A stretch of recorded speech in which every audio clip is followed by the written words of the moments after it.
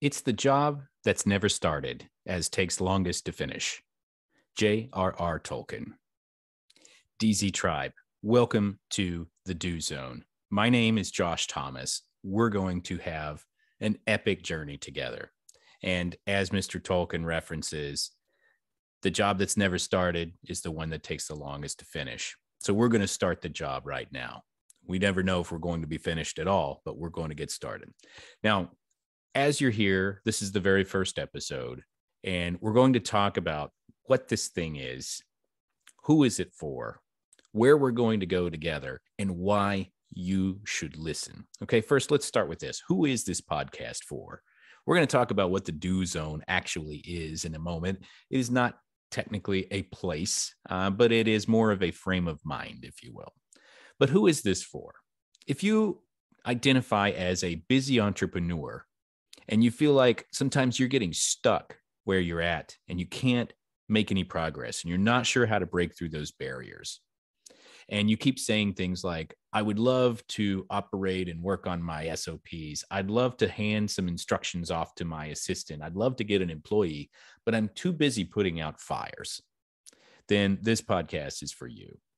This is for self-described procrastinators. This is for dreamers. This is for entrepreneurs who want to get stuff done, but sometimes get bogged down in doing the minutia that we can't kind of get ahead of that and start being strategic. That's who this podcast is for. Now, what's it about? It's going to be a combination of things. First of all, we're going to take lessons from some of the world's best entrepreneurs about how they take action, about how they get things done, about how they run their business, about how they thrive, and how they push past those barriers and create new ones and create new horizons. That's one part of it. Then the other part of it is, me personally, I've been around for a while, more than a decade, and I got a lot to say. I've learned a lot of things. I've studied under a lot of really great people. I've read a lot of books, and I've fallen on my ass a bunch of times. I've scraped my knees. I've made a ton of mistakes. And so there are lots of insights that I'm going to want to provide with you as well. Those are going to come out naturally and organically in the interview process, but I'm also going to put together some solo episodes where I'm just sharing what I've learned about how the world works and productivity and getting things done. That's what this podcast is about. Now, where are we going with this? I want you to go on a journey with me, and I want you to change your mind.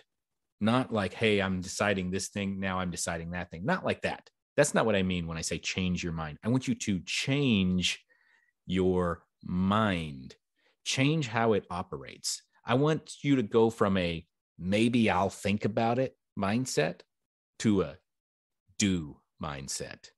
Maybe, no. Do, yes. Get used to taking imperfect action. Because if you're waiting for that moment for it to be perfect, it's never going to arrive. And you are going to be an old man or an old woman full of regret. And you're not going to have taken any action whatsoever when you wait for that perfect time. So get used to taking imperfect action.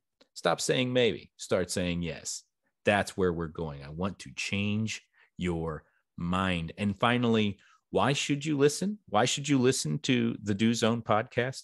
Well, if you're looking to get ahead in your career or your business, if you want to set and hit goals quickly, if you're tired of not getting things done and you're tired of feeling overwhelmed and you're tired of being frustrated for being exactly where you are and you're looking to break through that barrier that's right in front of you, but you just can't figure out how to scale the stinking wall, that's why you should listen to this podcast. Now, I'm going to leave you with this. What is the Do Zone? We're going to be talking about this quite a bit. We're going to be digging into it. And the Do Zone is not the only topic of this particular podcast, but it is a very important one because it's focused on action taking. So our guests are going to take this topic and this idea and these themes wherever they want to take them. But it's all going to come down to productivity and getting things done. How, as entrepreneurs and small business owners, do we get things done? And how can we be more efficient and more effective at that? So what is the Do Zone? The Do Zone follows Three very specific rules. And as we continue digging into this, you're going to start to understand it, and it's going to start to come into focus for you. But the very first rule of being in what I call the do zone is you must be working on a current or relevant project. And what I mean by that is I don't want you working on something that is not relevant to you right now, or maybe it was a nostalgia piece that you're no longer working on, or maybe something that you might be interested in 6 to 12 months. That's not relevant. That's not current.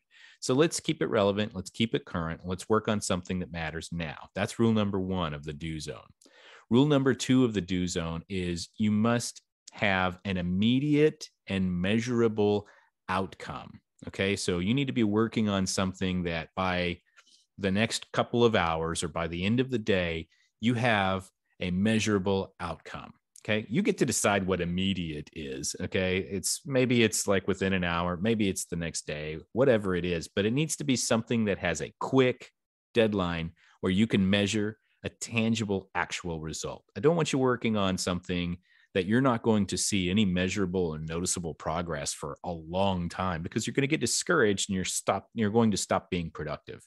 The best way to maintain productivity is make sure that you keep tight deadlines on relevant and current projects. And then the final rule for being in the do zone is whatever it is that you are doing, so to speak, must be objectively observable by a third party. And here's what I mean by that.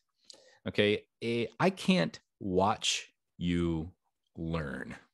I can see that maybe you're sitting down at a computer and watching a video. I can watch you read a book, but I can't see inside of your brain and see the process of you actually conceptualizing and understanding something. I can see the results of you learning something if you apply it. For instance, if you're reading a book about how to do algebra, I can't see you learn algebra, but I can watch you perform an equation, and I can objectively observe that you did do something there because you just did an equation and you just solved it correctly. That's what I mean. You need to be doing things that are objectively observable. And that's really important because I want to get a separation between the idea that binge learning is doing, because it is not the same thing. You can read all the books in the world that exist about how to ride a bike, but the only way you're going to learn how to ride a bike is you got to get your butt up on that seat and you got to roll down the street a little bit, and you probably got to scrape your knees a few times. That is in the do zone. Reading a book about the theory of bike riding, not in the do zone. So one more time as a review here. The first rule of the do zone is you must be working on a current and relevant project. The second rule is you must have an immediate and measurable outcome. And then finally, whatever you're doing must be objectively observable by a third party. Somebody else has to be able to see and prove that you are actually performing this activity objectively. Okay, follow those rules. The suggestion is this: you can do this however you want, but my suggestion is find 1 hour per day to be in the do zone. 1 hour per day. Doesn't matter what you work on. You get to decide that. It just needs to match and needs to follow all three of those rules. Whatever you work on, make sure that it follows all three of those rules. Do it for 1 hour a day. And you will be surprised at how your productivity starts to shift, because you're going to see that, no, you know what? I haven't been doing this at all. Or maybe you'll see that, yeah, I have been doing this. Now that I have some structure to it, I can start adding and becoming more productive. But the point is, I want to give you some limits so that you know for a fact when you are in the do zone and when you're outside of it. Because when you're in the do zone, that's when things get done.